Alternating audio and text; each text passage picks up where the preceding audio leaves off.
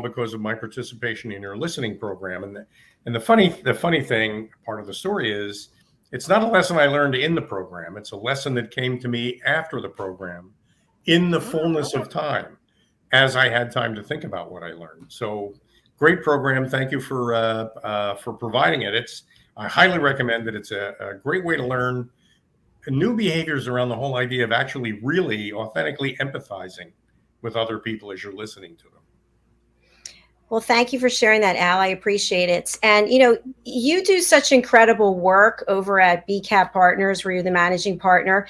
And I want people to know that in addition to everything that you already provide, and you're also a show host at RVN TV, and you're a show host here with me on the Business Talk Show, it involves a lot of listening. And you took the time, invested in yourself to learn what are some behaviors that actually work to be an effective listener, and what are some behavior patterns that are really ineffective. So people out there looking to do business with you, they need to know that in addition to everything else that you already offer, you're actually listening. Okay.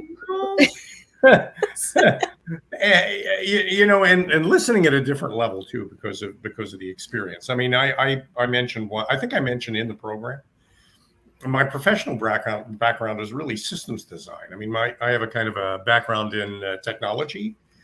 And so a lot of what I did for a living in that field was listening to what people needed, or what they thought they needed, or what they said they needed. And then trying to read between the lines to figure out what it is they actually needed. Because often what people tell you they need practically is not really what's going to solve the problem for them. So that kind of listening is facts-based. And there's not a whole lot of emotion in it. And it's a back and forth meeting of the minds where gradually we come to a vision of what it is that needs to be built. That's a level of competency in listening that I felt I was pretty practiced in. And when I co-host the business program with you, Doc, it's the same kind of an idea. I mean, I approach it from the point of view that there are facts in the person we're interviewing's head. And the goal is to try to relate those facts as best as possible to the audience, so that they know what value this person could represent in their professional and personal lives. So that form of listening, I think I had down. But there was a whole other form of listening that I learned I was actually kind of Fred Flintstone level at. And that's why I found the program so valuable. Well, thank you so much for being transparent. Something that you just touched on, I kind of want to peel back a little bit to help our friends who are watching and listening, and they're going to do an interview, whether it's for a job interview, they're going to be on a show. So together we've interviewed, I think we've had 63 shows. We worked at the other station, and you interview people all the time. When we find people coming on for an interview, in my experience, sometimes they feel, or they act like it's their program, and it becomes a monologue where there's not a lot of back and forth. So any tips that you might give for someone in terms of how to be a good guest, which has to do with listening, right? It has to do with listening. It's being sensitive more than anything to the fact. I mean, a lot of people have in their heads a whole lot of things they feel like they need to say. I mean, if you think about it, when you invite somebody to appear on a program where you're going to be talking about them, it's an opportunity for them to explain everything they do that they think is wonderful, right? The problem with that is often it takes several minutes to explain all the wonderful things that you do. And in an interview program, you really don't want, you need to trust the interviewer to ask the questions that will tease out the additional details that your instincts are telling you have to squeeze out all at once up front. So the best advice for people in an interview program is to trust the interviewer enough to keep your answers short, and maybe guide the interviewer in a direction that you want to take, but you let the interviewer interview you. And that's another aspect of listening too. I think often in job interviews, when people are applying for positions and they get the opportunity to actually interview for the job, they tend to lead with their entire life story after the first question. And that's another area where you've got to trust the person who's trying to learn who you are to ask the questions they need to ask in order to pursue that the way they want to pursue it and not necessarily the way you want them to pursue it. I don't know if that makes sense, but it's all about free will, Dr. Jacalyn, and you have to trust other people to know how to use theirs. That's spot on. I completely agree with what you're saying. I want to move now to talking about some of the wonderful work that you did in assisting me with the power of listening by doing some role plays. And I think in a future show, we'll actually share part of the role play because we want people to take the course. We're not going to show it all, but you and I actually acted out different roles in role plays that involve listening skills. And the one I'd like to talk about today was customer service. So we all have to call customer service representatives, or maybe we have to call a retailer or a bank, whomever it is. And we get somebody on the opposite end of the phone. And you did such a great job as the person at the cable company answering the phone. What was that like for you? Well, it was depressingly comfortable for me. So let me frame this. Let me frame this out for people. I played the jerk basically on the customer support line end of things, who had a list of things I wanted Dr. Jacalyn to do, and I was going to go down that list no matter what Dr. Jacalyn told me she knew or what she was observing. So I was completely ignoring everything you were saying as the caller, and pursuing instead this list of things that I wanted you to do: unplug it, plug it back in, reboot it. These things are things that I made you do, even though you had done them, and none of that had helped. And I became frustrated because you weren't doing what I wanted you to do. And you became frustrated because I really didn't care at all what you wanted to tell me. I didn't want to hear what you had to say. So sadly, I found it very comfortable to play that role. And, I do want to talk about the blind spots that you helped me overcome, Doc, because I don't really, because a lot of the work I do with people is fact-based, especially as a systems guy. I don't really appreciate the fact that about 80% of communication is emotional. And often you need to listen to somebody because they're emotionally charged, and they need to ground that charge somewhere, almost like an electrical charge. You're loaded with energy about a problem you're experiencing, and you're talking about that.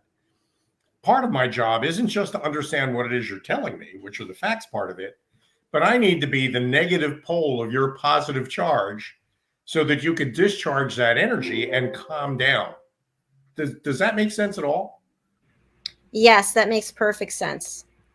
So, and I think that's one of the things I learned in your program, and that is that you really need to, and you can't, by the way, you can't fake that. You're either doing it or you're not. So it's not, there's the solution. If you're not an empathetic person, the solution isn't to pretend you are. The solution is to learn that there are other people in the world who have problems and see things differently, and and you taught me this, use your curiosity to explore the world through their eyes rather than impose the world that you see through your own. Thank you. That was a great key learning, Al. It was a good experience, and one of the things I appreciate about working with you as a listening mentor. I thought it was very valuable. Thank you. I found that this past week, my own listening skills were really being put to the test because there was, we have these days where it's just one thing after another. You don't expect it. And you're trying to do what you do for a living, but then you have these other things you have to deal with. And I found myself being short, giving short answers and not listening as much as I would. And then I realized, oh, do you see what you're doing? You are actually not present because you're worried about the list of things. So what, in this one particular case, what I had to say to this person who was trying to share something with me, as I said, I have to just share with you, I'm not totally present. I'm not being a good listener right now. And I don't have it in me to actually be what you need. How did they react to that when you confessed that? I don't think they didn't know what to say, first of all. They're like, what do you mean? And I said, I can't give you what you need right now, but if you can contact me tomorrow, well, tomorrow I need to talk about this right now. And I said, I can't, I'm really sorry. I don't have it.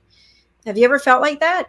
You just I didn't have have, it? and respecting somebody, first of all, I think it's amazingly courageous to actually tell somebody that you're not ready to talk about something that they feel is very urgent, that you're not ready to talk about it.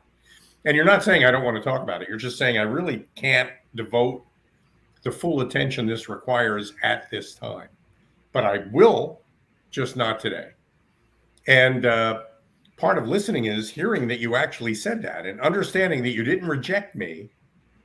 You're accepting me. The only thing you're doing really is just asking me to respect where you are and understand that you're just not ready to pursue something at this time. I think that's I don't think people communicate at that level of honesty with each other enough. And I think we irritate each other a lot less and insult and offend each other a lot less if we actually said things like that to each other.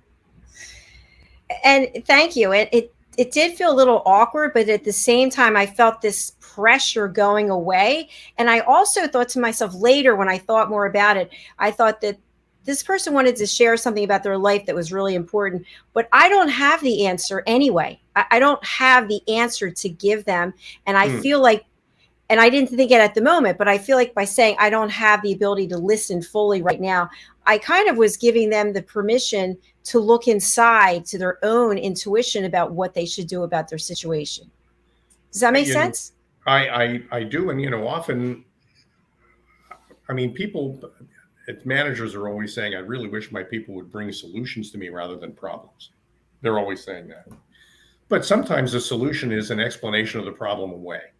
So what you have to do first is talk about the problem before you can arrive at a solution. Which means if you've got an instinct to be short-tempered with somebody or impatient with somebody because they're presenting a problem to you, you need to respect the fact that for a lot of people, that problem and expression of the problem is part of the solution process. They need to say those things before they can wheel back and then come back to you later with a solution. So that's all part, for me anyway, part of what I think I learned from working with you as a listening mentor. I think there are things going on all the time under the surface between two people when they're trying to talk to each other, and a little bit of sensitivity to those things that are going on. You and I we've been working together for over a year now, and it's been a great partnership and a terrific business relationship and great opportunity for me, and I'm grateful for it. But it hasn't always gone smoothly. There have been moments, there have been moments. And I think a lot of those moments were my fault. And I apologize for that, simply because instead of giving you a chance to say what you wanted to say, I felt like I needed to rush us to a conclusion that I wanted us to reach. And that was a mistake. And, so I apologize for that. And for anybody who might be watching this interview, it is such a small investment to learn how to recognize and take advantage of those moments. And if you do that, if you learn that, it makes a big difference in every aspect of your life. So everybody watching and listening ought to be thinking about signing up with you to participate in the program. It's a great experience. Thank you, Al. And I really appreciate your insightfulness and your candor about what you just shared. That took a lot of, I don't know. And remember, it took a year to get around to telling you this. It's okay. It's okay. Not a year, but it's I could have said this months ago, duh. But I'm getting better. And so what can I say? It's a journey, not a destination. That's right. It's a journey. Thank you. That means a lot. It really does. So I want to just look at that because I think we all do what you just described. Is we're in a conversation, we're in a relationship, whether it's business or personal, and we just want to get to the end. How do we get through all of this and get to the end? So is there a way that we can effectively do that by being good listeners? And that is when you it's different from being a systems guy. When I am a systems person and I'm talking to people about what they need from a system, I generally start with some kind of a vision of my own about what the end state is going to be. And then I work with them to shape that vision or to get what they're telling me to fit into that vision, right? You get a really good practical result from that. That works pretty well. And by the way, in the process of it, you get some back and forth banter and you talk about things that aren't related to the problem. And I mean, there's some human elements to that too. It's not all strictly factual. But when you're in a conversation with somebody, especially a conversation that involves emotions, some kind of feelings, I think it's a really bad idea to go into that conversation knowing where you want that conversation to end. You know, I think it's bad to have that preconception. That's one of the, I remember I mentioned 2 biases. One of the biases that you help me overcome is that bias that it's all fact-based and that the emotions don't matter. And the second bias that you help me overcome is that bias that somehow you can know up front where you want this conversation to lead. And because you do, you tend to cut off all the really valuable back and forth that can happen between here and there that might actually change what I think I want to happen. You know, I can't be open to altering my course if I'm not open to altering my destination. So if I start with the destination, I'm always going to land there no matter where we go. And that's not fair to the passenger. That's not fair to the person who's coming along. I like the use of the analogy. That was brilliant. And I also appreciate what you talked about. When we are in a highly emotional state, for whatever reason, something happened to us, we're not feeling well, we're dreading something, the holidays coming up, we're automatically not totally open and present, right? Because we're just, our emotions are just triggering us. And so if you start sharing something with me and I'm thinking, I've got to pack up, I've got to close up, I've got to do this, I've got to do that, I'm already not totally present for you. So to be an effective listener, to be an elevated listener, I have to say to myself, okay, I know that I have to get done X, Y, and Z. I'm committing this time to Al. I'm giving Al this time, but I might define what the time is. I might say, Al, I'm going to give you 30 minutes right now. And then I will, through my breathing, calm myself down, and I will be totally focused on whatever it is that you have to share with me. And that, you know, those little exercises like breathing exercises, and how do you jump off the high horse that you're on, you know, so that you can actually have a productive conversation with somebody. Those are all exercises we learn in your program. So they're all very valuable, and I use them. Well, thank you. Thank you so much. And I just want to spotlight you and just share with people what you're doing at BCAT, how the use of the listening skills, because you already are at this level, right? You've been in business, you know what you're doing, you're an expert, people look to you, people respect you, and now you have these elevated listening skills. So what can people expect when they work with you at BCAT? Well, you know, trying to tie the 2 elements together, let me start by explaining what it is we do. We believe that any organization, regardless of size, at any level inside of a company, whether it's the executive team or the maintenance team, any group of people who share a common purpose will become more productive and more joyous in their work when they become more aware and aligned with that purpose. So the Brand and Culture Alignment Toolkit is about aligning the brand of a group or a team or a company, which is its behavior, with the culture of the company, which is how it feels about the work they do. And when you align brand, culture, and connect it with the purpose, the mission of the organization, you promote open communication, willing collaboration, and fearless innovation, which is what everybody says they want. They just don't know how to get it. So we've developed a structured method working with people on a team that gradually get them to stop looking at themselves and each other and to start looking instead at this North Star that represents who they all are collectively and what they're trying to accomplish together. And tying it into what I learned from you, often in that process, people will express strong emotions about their role on a team or in a company. They'll express strong emotions or feelings about the way they feel about the job they do. And those feelings, those emotions, those expressions are just as valuable as any statements of fact that they might have to offer. And because the ultimate goal really is to get people to fall back in love with their jobs. I mean, sometimes people have said we solve the I hate my job problem. We're proud of that. But getting people to fall in love with their jobs, it's an emotional connection with work. And you're going to head down an emotional path, and you've got to allow people the time it takes to fully express, not just verbally, but in body language, how they feel about what they're talking about, because those feelings are just as important as any facts they might have in their heads. Thank you, Al. I think that was a fantastic overview for people. I want to give them a visual. So I want to actually play your clip, and then maybe you can share with us what's going on here in this promo. Let's take a look. Thank you.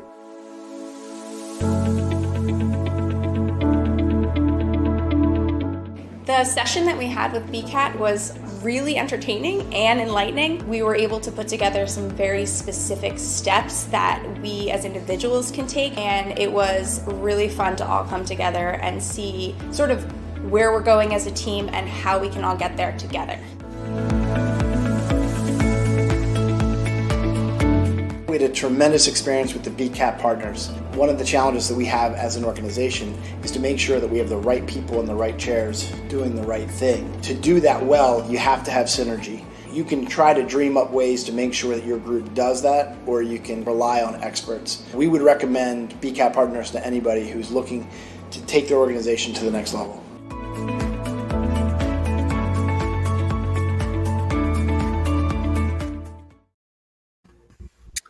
That's a great. What's going on there? We shot that with partners of ours, Ferrotech, which is a marketing company, digital marketing company. It's a great company, and I highly recommend them for people that are trying to solve the eternal digital marketing problem. How do we promote products and services on the internet? They're excellent at that. Ferrotech, Farotech.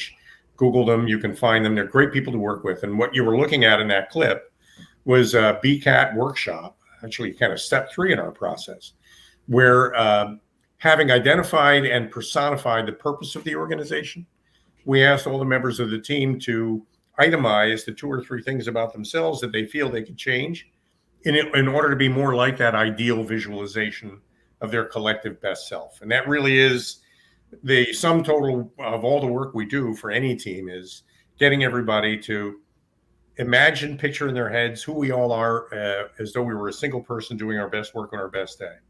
And then what is it about that person that I can learn from in order to become a better version of myself? We were in the part of the experience where everybody gets to go around and share what their commitments were for alignment, what they intended to do to be more like that ideal person. And it's in those processes, by the way, that I need to be especially vigilant for the cues that you get from people who react emotionally to the experience, not just cognitively, but often how they feel about their work and how they feel about their role in the company comes through in an emotional way. And if you're not a good listener, if you don't know what to listen for, you can completely ignore those opportunities to really connect with people. That's ultimately what makes the difference, and that's how the program works. So I thank you for that. That was also very valuable for me. Well, thank you. It looks like a very powerful experience for the people there. It is. I mean, it's not as powerful as a sweat lodge. At least that's what I've heard. Have you gone to one? I've never been to one. I've only read Either. about them. It's actually a pleasant experience, and people tend to enjoy it. But every now and then you'll get somebody who feels very emotionally about things, and those emotions are a very important part of the experience. And entertaining them, allowing them to express them, having everybody hear them, not just me, but everybody in the workshop. It's a chance for us all to understand each other a little better, not just what we know about each other, but how we feel about each other. And Al, I think that's a great point that I'd like to end on about teams and listening. And I'm going to give an example, then I'll turn to you. So I can recall when I was in my corporate role, this happened so many times, and sometimes I was guilty of it, but there's a discussion going on and somebody's speaking and someone else can't wait to just jump in. They've completely checked out with what the speaker is talking about, and they can't wait. And then you see somebody else like holding onto the desk, like leaning forward, tapping the pencil or the pen. So if we are trying to build cohesiveness in teams and have everybody rowing the same way, what suggestions can you make when it comes to being a good team member and actually listening to what the other team members have to say?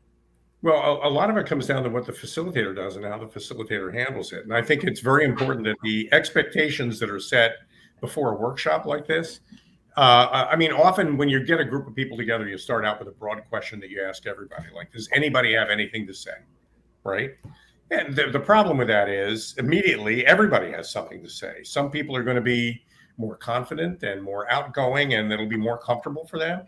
A lot of people will be maybe a little shy and reluctant. They've got something to say, but they're kind of afraid to say it. In order to facilitate a meeting like that, you have got to make sure that you move the conch, the shell.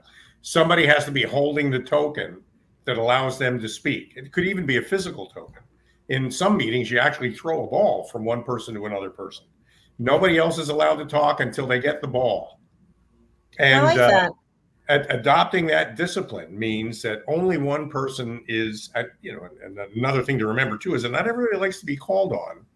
They all like to feel like they can speak up. So instead of throwing the ball to somebody and saying, and now it's your turn to speak, you need to encourage people to hold out their hands and say, give me the ball. I have something to say. And if you do that, you impose a little bit of discipline on it. You give everybody a chance to talk without stepping on each other. And I think, it's a great way to level out the different personalities in a team so that everybody gets a chance. I love that. I'm just imagining someone saying, hey, give me the ball. I want to speak, instead of here, you need to speak. I was always one of those people who was afraid to speak up because I would be on teams mostly with men, and they had, powerful personalities. So at some point, I just decided to every meeting, I'd be like, I'm just going to check out. Like, I was there, but I was afraid to speak up. And then finally somebody would ask me my opinion, not all the time, but they'd say, hey, Jacalyn, what do you think? And then I would feel comfortable. But otherwise, I would just feel like I don't have anything to contribute because these people want to talk most of the time. Well, it's a favorite subject of mine. I know we're coming up on a wrap because you've got 5,000 shows a day, and this is just one of them. And I know how busy you are, but my feelings about women's rights, even though I may not always express it as perfectly as I should. I really believe that if men and women had been treated equally from the beginning, we would be broadcasting this from the surface of Mars today. The whole world would be hundreds of years ahead of where it is, maybe thousands of years ahead, if we hadn't consistently marginalized half our brain power over centuries. And really, it's to me anyway, that's a great tragedy. So for me, women's rights are essentially an international human rights issue. I feel pretty strongly about that because I don't believe women are respected enough to hold the leadership positions we need them to hold in order to make the world a better place. That's frustrating. That said, in a small way, one of the things that I think you help with your listeners program is that gender differences do come out. We see in a lot of the role playing that you do the difference between the way men and women express and react.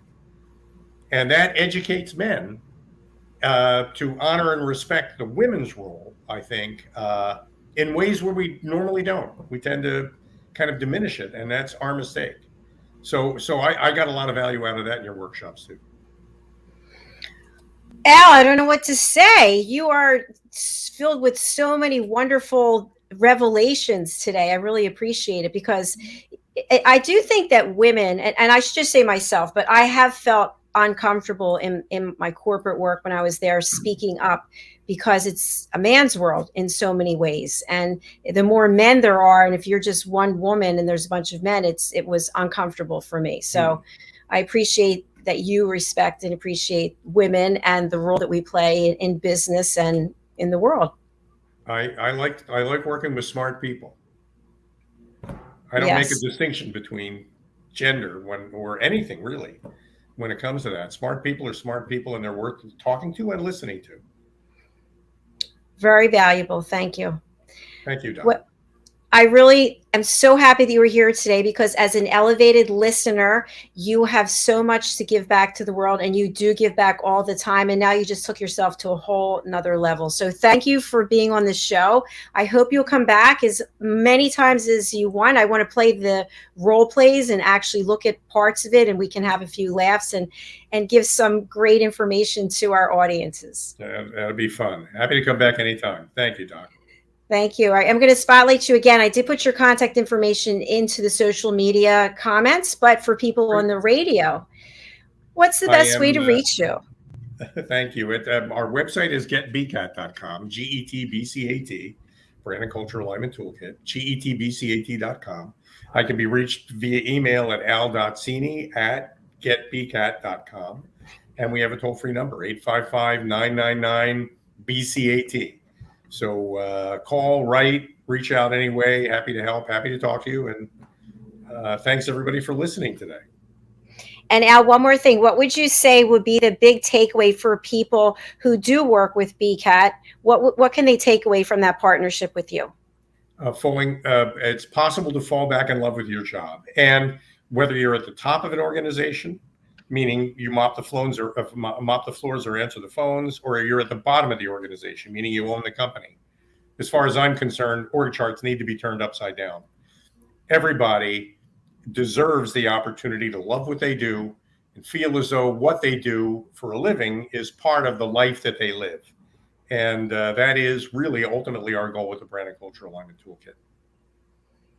You're doing a great job there, as always, and as here as well. I'm so glad that you're part of the USA global team. It's just wonderful to have you. So I look forward to having you back again. And of course, we'll see you next Wednesday for our business talk show. And hopefully you'll come back for the listening show as well. Absolutely. All right, Al, thank you. Thank you. Bye-bye.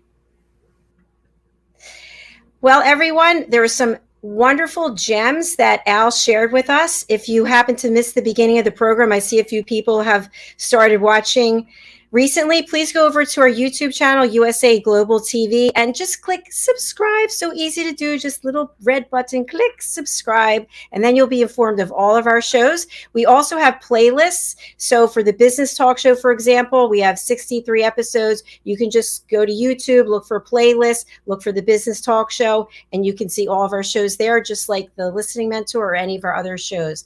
Okay, our last show for today is coming up. It's all about dating. So please do join Lori Mendelson and myself as we welcome our guest, Frances Keller. We will be right back in about 15 minutes. Thank you. Thanks, Al.